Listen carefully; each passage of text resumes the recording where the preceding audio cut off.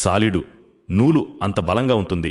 శాస్త్రం దాన్ని ఉక్కు కంటే కూడా బలమైనదిగా చెబుతుంది. అదే సన్నని దారాన్ని ఈ రోజుల్లో బుల్లెట్ ప్రూఫ్ జాకెట్లు, శస్త్రచికిత్స దారాలు, అంతరిక్ష పరికరాలు తయారు చేయడానికి ఉపయోగిస్తున్నారు. కానీ ఆశ్చర్యమేమిటంటే అదే బలమైన దారంతో సాలిడు నిర్మించే ఇల్లు అన్ని ఇళ్లలో అత్యంత బలహీనమైనది. బలహీనత కేవలం జాలే కాదు, సంబంధాల్లో కూడా ఉంటుంది. కొన్ని సాలిడుల్లో ఆడ సాలిడు తన భాగస్వామిని చంపేస్తుంది.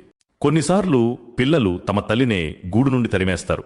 అంటే శక్తి ఉన్న చోట కరుణ, విశ్వాసం, ప్రశాంతత ఉండవు. బయటికి గొప్పతనం కనిపించిన మనుషుల హృదయాల్లో ప్రేమ, నమ్మకం, దయ తగ్గిపోతున్నాయి. అల్లాహ్ను వదిలి ఇతరులను సంరక్షకులుగా చేసుకున్న వారి ఉదాహరణ సాలెపురుగు లాంటిది. అది కూడా తన కోసం ఓ ఇల్లు కట్టుకుంటుంది. మరి వాస్తవానికి ఇండ్లన్నింటికంటే అత్యంత బలహీనమైనది సాలెపురుగు ఇల్లే. ఈ సంగతిని వారు తెలుసుకోగలిగితే ఎంత బావుండు. సూర 29 ఆయత్ 41. ఇక్కడ బలహీన ఇల్లు అనేది భౌతిక బలహీనత కాదు, ఇమాన్ మరియు నైతిక బలహీనత.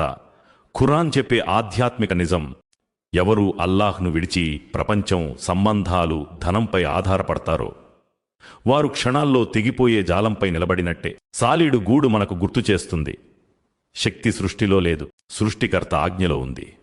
ఒక్కసారి ఆలోచించండి, మీ జీవితం ఏ దారంపై నిలిచింది?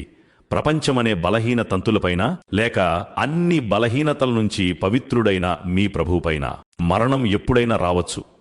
ఇప్పుడే సమయం, మేల్కోండి. మనుషుల ఇళ్లలో కూడా ఈ రోజుల్లో ఇదే నిజం కనిపిస్తుంది.